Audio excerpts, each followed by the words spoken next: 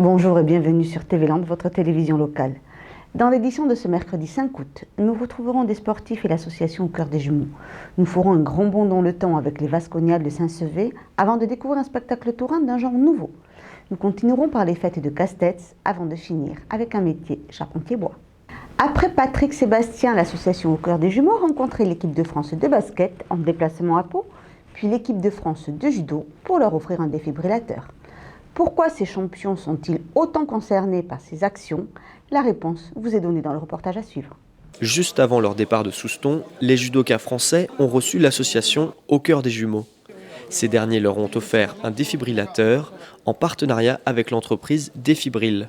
Un cadeau que le staff médical des Bleus a accueilli à bras ouverts. Oui, alors c'est une initiative qui est absolument généreuse, pertinente, parce que c'est vrai que nous sommes dans des terrains de sport un petit peu partout dans le monde, et il peut arriver que le public, pourquoi pas l'encadrement, puisse, enfin on ne l'espère pas, mais puisse avoir besoin de ce type de recours. Le médecin tricolore l'assure, les judokas sont bien sensibilisés aux risques cardiaques.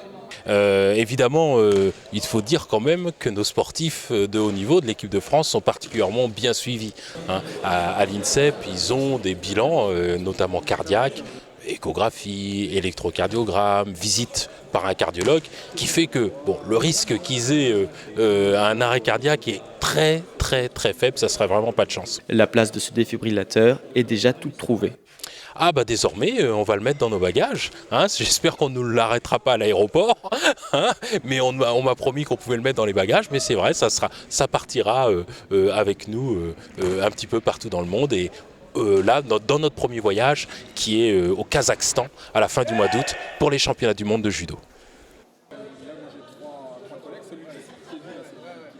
Oyez, oyez, braves gens, messires et gentes dames ont festoyé à Saint-Sevé le week-end dernier pour des fêtes médiévales. Un événement où on y retrouve échoppe, spectacle et repas d'antan. Regardez. Deuxième édition des Vasconiades de Saint-Sevé. Pendant tout un week-end, la ville remonte le temps jusqu'à l'époque médiévale. Spectacle, artisanat ou bien musique, l'ambiance est de mise pour assurer cette festivité. Nous avons organisé le village médiéval avec des artisans et des artistes médiévaux. C'est-à-dire, on est allé à la recherche de ces gens-là parce qu'ils sont habitués au médiéval. On veut organiser vraiment une vraie fête médiévale populaire à Saint-Sevé.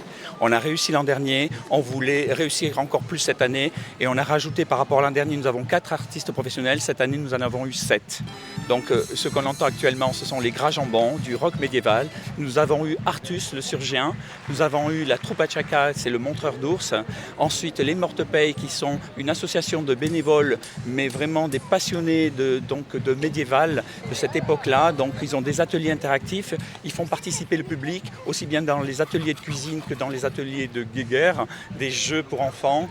Ensuite, nous avons Serge Glader, qui est un artiste landais qui vit à Montfort et qui, lui, est passionné d'instruments médiévaux et il crée les instruments médiévaux pour nos artistes que nous entendons actuellement. Et bien sûr, le dernier, c'est Aventure au galop pour toute cette chevalerie, tous ces combats équestres, tous ces tournois de chevaux. Et la fauconnerie marche aussi. Je crois que tu as oublié de le dire, qui est juste derrière nous là. Une époque qui fascine pour la plupart du public présent sur le site. Super, organisation super. Vous voyez, on est au banquet, les jeunes étaient très bien, très bon service, donc voilà, on reviendra certainement l'an prochain. C'est bien, ça nous plaît, ça change un petit peu, c'est différent, ça va. On ne fait pas les choses n'importe comment. Les Vasconiades à Saint-Sevé, il faut venir. Moi j'ai juste en mémoire mon petit-fils qui a 6 ans. Qui m'a dit papa c'est génial. Mais on est toujours dans la découverte, d'accord? Donc on apprend à chaque fois. L'année dernière c'était bien, cette année c'est bien, très bien et l'année prochaine ça sera encore mieux. Et il reste peut-être à ouvrir cet événement sur toute la cité pour qu'on puisse déambuler dans les vieilles rues de spectacle à spectacle. C'est ce qui se passera ce soir avec la reconstitution historique. Lumière sur l'abbatiale de la ville pour clôturer cette édition. Un spectacle haut en couleur retraçant l'histoire de Saint-Sevé. L'histoire commence, comme je dis, avec l'arrivée de Guillaume Sanche en l'an 988. Nous avons eu des personnages importants donc, sur notre ville. Nous avons eu Charles VII. Bon, on fait référence à Liénore d'Aquitaine. Elle ne s'est pas mariée à Saint-Sevé puisqu'elle s'est mariée à Bordeaux. Mais c'est un personnage très emblématique et donc on voulait le faire apparaître dans notre spectacle. Il faut savoir que c'est elle qui a un petit peu révolutionné on va dire, la mode à l'époque dans les châteaux avec toutes ces tentures, tous ces costumes qu'elle avait. Et c'est vrai, c'est elle qui a un petit peu modernisé la femme de l'époque. Pour ceux ou celles qui veulent replonger dans le temps, rendez-vous l'année prochaine pour la 3e édition. Moi je dirais venez ripailler, venez festoyer avec nous, venez découvrir avec nous, venez dans notre village médiéval, hein. Venez faire festoyer surtout, venez taverner avec nous. Et venez connaître Saint-Sevé parce que Saint-Sevé est une ville merveilleuse, de par son patrimoine, de par sa culture, de par sa gastronomie aussi. Donc il y a vraiment il y a les fermiers landais, enfin je veux dire, Saint-Sevé est très riche sur tous les points de vue. Vous avez déjà entendu parler de corrida, de courses landaises et d'écarteurs. Mais connaissez-vous le récorté? Une nouvelle discipline qui prend de plus en plus d'importance dans le monde taurin. Tyrosse a accueilli la demi-finale des championnats de France. Demi-finale de récorté, mardi dernier à Saint-Vincent de Tyrosse, une discipline peu connue qui amène quelques courageux à affronter plusieurs taureaux dans l'arène. À la base, c'est un concours, comme il se pratique en Espagne, au Portugal et dans d'autres villes françaises, où il y a plusieurs groupes de 4 récortadors, divisés en plusieurs poules. Et de ces poules-là, ils sont notés sur 10 points à chaque figure. Et de ces poules-là, donc, ils sortent avec un taureau de la finale pour aller chercher le titre du concours et dans ce cas-là de la demi-finale. C'est pas des vachettes, c'est pas protégé, c'est des taureaux, c'est sérieux, c'est fait, ça peut te tuer, il faut être conscient. Il y a eu beaucoup de jeunes aujourd'hui qui ont démarré il y a 2-3 ans, mais qui ont commencé il y a 10 ans. Ils ont commencé très jeunes. Et dans le circuit, ils sont depuis 2-3 ans et qui ont montré jour après jour leur qualité, leur forme physique, leur mentalité, leur connaissance. Donc s'ils sont ici là au championnat de France, c'est qu'ils l'ont mérité. Et on a bien vu qu'ils étaient au niveau de certains maestros comme Victor Rogado, qui est là depuis 15 ans dans le circuit. Et le champion aujourd'hui, Mititi, qui est là depuis 2 ans, a montré qu'il est à hauteur. Et de jour en jour, il doit le prouver et continuer à être en forme et à montrer tout son talent. Ils ont montré devant tout le monde ce qu'ils sont capables de faire au millimètre, avec des taureaux très compliqués, surtout sur la fin. Un taureau très bon au premier de Pala. Ils ont fait jusqu'à 5 figures, ajustées au millimètre, tous, en changeant les terrains, qui sont des choses compliquées. Et ils ont réussi à le faire. Et les gens ont vu qu'ils ont vraiment tout donné. Et ils l'ont tout donné. Des figures à risque qui demandent une certaine concentration et d'un travail de longue haleine. Face au taureau, c'est un travail vraiment à préparer de soi-même chez soi. Ça se prépare avant, c'est vraiment du mental à gogo, comme un catcheur, comme un piloteur, un mec qui fait du motocross freestyle ou motocross en compétition. C'est vraiment exactement pareil, c'est vraiment le mental qui compte en premier. Et après, plus le mental sera dur, plus on arrivera à l'attaquer avec plus ou moins de classe. Et c'est là où c'est qu'on se trouve en fait. C'est compliqué à expliquer, mais c'est dans la peur qu'on arrive à trouver qui on est au final. Bon voilà, c'est vrai qu'on a eu un taureau du deuxième groupe qui était un peu moins de force que le premier et le dernier. Et celui de la finale, bon, on a essayé de jouer comme on a pu, on n'a pas réellement tenté ce qu'on a voulu faire parce qu'on s'était préparé bien mentalement pour vouloir tester des choses qu'on n'a pas pu réaliser. Bon, en espérant que ça aille mieux pour les prochains. Bayonne, cette année, ça ne sera pas pour moi. Donc on verra, repartir à Madrid ou à Valence cet hiver et puis repartir et revenir en bonnes conditions. Et puis voilà, il n'y a pas eu de bobo, personne n'a eu de bobo. Donc du coup, il n'y a plus qu'à se repréparer pour ce qui vient et voilà. Une étape réussie pour certains, mais qui n'enlève pas la complicité de chacun. On se retrouve plus ou moins les mêmes. Donc au final, on devient même amis, copains. Et même s'il y a une compétition, une rivalité entre nous, au final on s'entraide, mais on se les place entre nous, on se les enlève en cas de danger. Et on est vraiment très solidaires et très potes. Une découverte pour la plupart du public, mais aussi pour une célébrité présente tout le long du spectacle. Et j'ai découvert effectivement un spectacle où le taureau n'est pas mis à mort, donc c'est plutôt pas mal. Et ça change, parce que c'est vrai qu'aujourd'hui, il y a plein de ceux qui se battent contre la tauromachie malheureusement. Mais voilà, c'est un spectacle nouveau, j'ai vu plein d'enfants, plein de parents. Franchement, vous avez vu, l'arène était pleine, donc moi je me suis éclaté, amusé, j'ai filmé, j'ai vu des gens qui faisaient de l'acrobatie au-dessus d'un taureau. Et franchement, c'est impressionnant, la grosse bête là. Je sais pas si je serais capable d'aller au centre en fait. Moi j'ai vu un peu aussi sur le public, les familles, les jeunes, les touristes comme les gens d'ici, avoir un sourire et comprendre un peu plus ce qu'est le récorte et cette tauromachie, qui est la tauromachie première et qui revient de plus en plus au jour d'aujourd'hui. Et c'est vrai que cette année c'était la première fois à Saint-Vincent-de-Tyrosse qu'il y avait un concours et la demi-finale du championnat de France. Et je vois que les gens sont sortis contents, heureux. Et moi, c'est la même chose, je sors content et heureux que les gens sortent avec le sourire. Une tauromachie que l'on retrouvera très prochainement. Donc le 22 août, la finale à Bayonne, donc championnat de France. C'est pas un petit championnat, donc championnat de France, donc il y a du haut niveau. Et on a pu le voir ce soir déjà avec ceux qui se sont qualifiés. Donc si je suis encore dans la région, je viendrai effectivement les encourager, applaudir, crier, donner de la voix.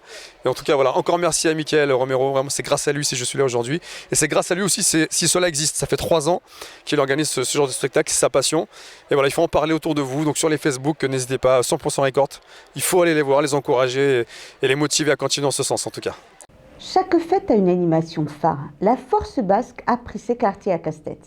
Allons à la rencontre de ces hommes forts où bonne humeur et participation du public étaient au rendez-vous.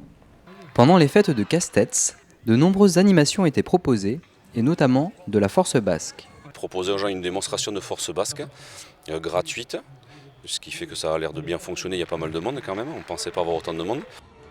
Mais en fin de compte, qu'est-ce que la Force Basque ? C'est une coutume, c'est-à-dire le lever de charrette autrefois, ils n'avaient pas de tracteur ni rien, ils faisaient avec des bœufs. Et les bœufs, quand ils s'embourbaient, alors pour les aider, ils soulevaient la charrette par l'arrière. Ils se sont donné des défis et après c'est devenu les jeux de la Force Basque. C'est de comparer sa force en fait, c'est vraiment le principe, c'est ça, c'est comparer sa force. Comparer sa force aux autres, par équipe ou individuel, ça dépend des épreuves. Ils sont vraiment entraînés, ils sont même super entraînés. Ils sont quand même très costauds, donc dans des accidents, il y a des blessures parce que c'est quasiment des sportifs de haut niveau. Il y a des blessures mais pas des blessures parce que l'engin leur est tombé sur le pied ou comme ça ils savent faire. Donner le meilleur de soi-même dans certaines épreuves et montrer à tout le monde qu'on relever des défis. Voilà, c'est ça, le mot c'est ça, c'est relever des défis devant tout le monde. C'est un amusement. On fait ça d'avril à fin août. Après, on aime bien tous se retrouver aussi, c'est assez convivial. Voilà. Et une tradition qui a de beaux jours devant elle. Ça renouvelle tous les ans, quoi. Et, voilà. Et au fur et à mesure qu'on fait des sorties, il y en a qui viennent nous rejoindre. On trouve ça bien et voilà. On perpétue la tradition, quoi. Force Basque, quand on est castésienne, tout est possible. La preuve. C'était faire découvrir. Pour les gens du coin, la plupart connaissent quand même, mais il y a quelques estivants, donc essayer de faire venir un peu de monde.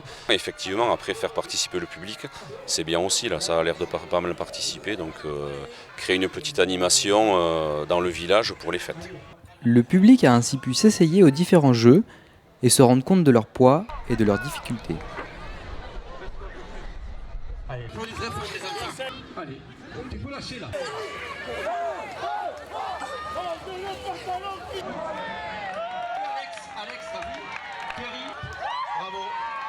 Sa première fois. Je savais que c'était dur, mais là je m'en suis rendu compte, même si j'ai pas essayé. Ouais. Vous auriez voulu essayer ? Non, trop dur pour le dos. Vous pourrez venir rencontrer et encourager les Poupompouillonnais le 16 août à l'occasion d'une compétition de Force Basque à Saint-Palais. Toute bonne chose a une fin. Ainsi, les fêtes de Castets se sont achevées lundi dernier, toujours dans la joie et la convivialité. Lundi soir, après avoir récompensé les vainqueurs de la course de trottinette, accueilli une banda de mignons et une flash mob, la classe 2015 de Castets clôturait ses fêtes avec la traditionnelle tombée du mai.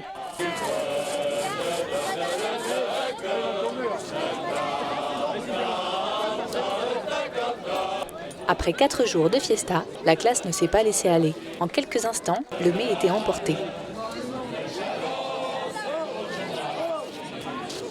Mais comment se sentent-ils ? Fou, génial, génial, rude, très dur. On a dû dormir quoi, 3 heures en tout en 4 jours. Voilà. On a surtout beaucoup bu, dansé, participé à toutes les activités. Voilà. Et on s'est incrusté partout en fait. Voilà. On s'est imposé. La classe des 20 ans a dû rendre la clé du village, non sans mal, à son maire, avant de profiter de cette dernière soirée, toujours en compagnie de leurs parrains et marraines. Mais on a essayé de choisir les plus fêtards en fait, pour pouvoir nous suivre et voilà, sans qu'il y ait de prise de tête, sans qu'il y ait... On a fait un vote collectif. Voilà. Mais résultat, ils sont forts. Et ils sont très fatigués, je crois, surtout. On a dû les plier plusieurs fois. On a même couché. On a dû aller c'est nous qui avons dû aller les coucher quoi quand même, faut le faire.